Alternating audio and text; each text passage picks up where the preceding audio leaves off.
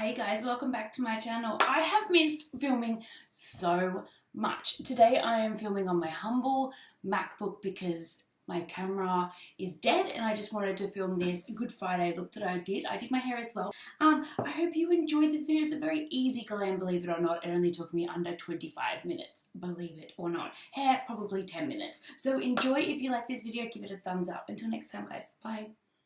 Hey guys, welcome back to my channel. So we're starting off with a nice clean face. I've already moisturized and did my brows. So I'm using Fendi's primer. It is really matte. So I'm going to be putting that on the lowest points of my face. Then I'm going to go in with the Champagne Pop and Becca Cosmetics Luminizer. I'm going to be putting that on the highest points of my face, behind the ears and my collarbone. And if I was wearing a singlet top for the rest of the day, I would have put it on my shoulders because no matter what angle you get me at, I want to be glowing, okay? Yes. So we just blend that in and then we're going to go in with our foundation after we stop admiring the glow. Go with my Fenty foundation, shaking it up real good. I'm in the color 180 and then I'm going to put little dots all around my face and blend it in with a beauty sponge. Can you guys please forgive me if I get a bit tongue-tied? As I said, it's been so long since I filmed. So goddamn long. So just doing little dots all over my face, damp Morphe beauty sponge, and I'm going to blend that in. I won't be doing my brows in this video because I feel like I have done them over and over and over again. Going to grab some more. A little bit does go a long way. I have been using my beauty sponge a little bit more than my brush at the moment. I reckon I was been using my brush for like a good 6 months, but I just love the way that the sponge just pushes it into the skin and it also stops me looking cake face. Always a plus. I picked up this Morphe banana powder and I really like it. Believe it or not, I have been stepping away from concealer unless I'm going out at night and I need that full coverage. But I find that the Fendi foundation is nice and strong, definitely with this powder. It does give me enough coverage for my eyes. So if you want to put on concealer, you do you, boo, but this is just enough for me. So with my Morphe and Jaclyn Hill palette, I'm just going to do my really easy go-to. I don't know the names of these colors. I'm like her #1 fan and I still don't know the names. So we're just going to point and shoot. So we're going to start off with my transition color. It's a little bit darker than my natural skin tone. I'm going to grab a big fluffy brush. It's my Sigma E35, I believe. And I'm just going to put that lightly all the way up to the brow bone and into the crease. This is just going to stop all the other products sticking and getting too patchy. If you ever get really stuck with colors and you find that you just can't get a seamless blend, try working up to the colors. I always do that. People think it takes a little bit longer, but it doesn't because it actually saves your ass. Grabbing this mustard color and I'm just putting that on my brow bone. That's just going to add a bit of brightness. I still want my eyes to look super blue.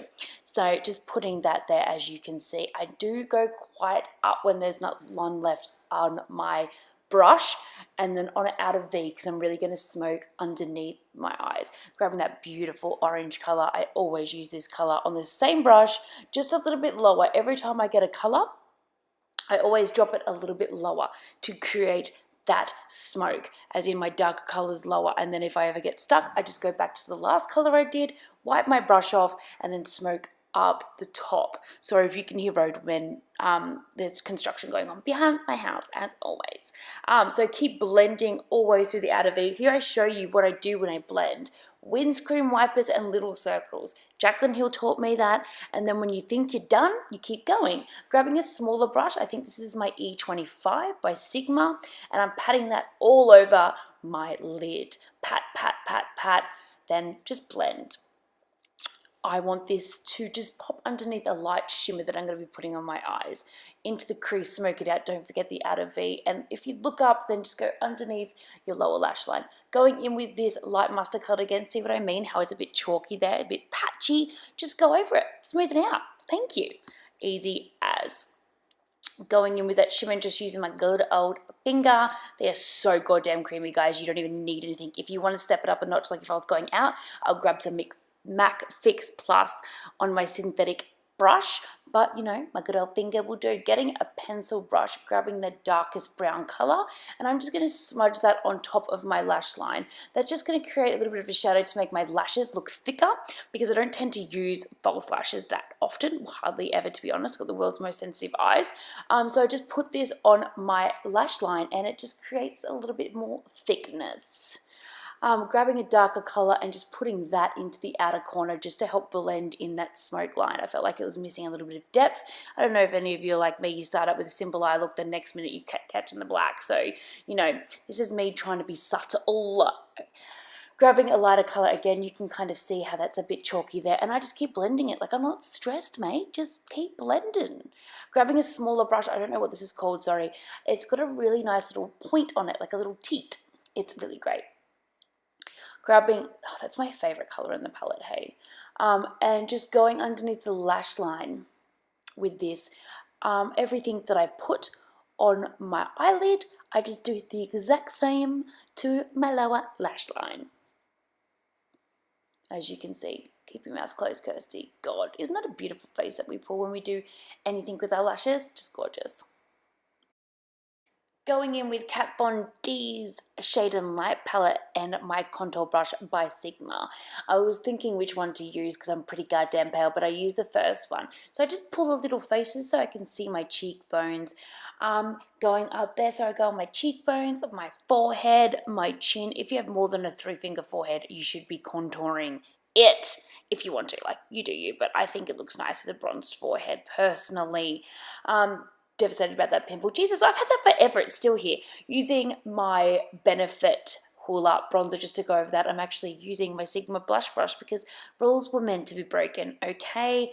Just bronzing up that a little bit more just to add a bit of warmth. It is a pretty matte finish, isn't it? I should have used a shimmery one. Oh well, it's going to look great because it's hot. Let's just do the matte. When it's summer, I tend to stick with matte, okay? Using an ambient lighting palette, and I love this. Underneath the eye, see, it just gives that little bit of dew. Everywhere we put that luminizer beforehand, whack that bad boy on, makes it look like you've had 16 litres of water and you are so hydrated, you would never know that I was hungover, would you? No. Using my Maybelline Colossal Lash, I think it is, wiggle side to side and feathering apart. I spend a lot of time doing my eyelashes, but I feel like everyone does, just to make them quite separated. Using Champagne Pop, of course. How many of these bad boys have I hit pan on? I have no idea. So just highlighting with my Morphe. Oh, so this is a Morphe F05, I believe, and it was out of stock for ages, and now it's back. So go get it because fan brushes suck. So highest point, just want to be sun-kissed, and don't forget your little ears. I wonder who did that. I can't remember who I was watching, but it looks cute. And the collarbones, don't forget. This lip look is my ride or die.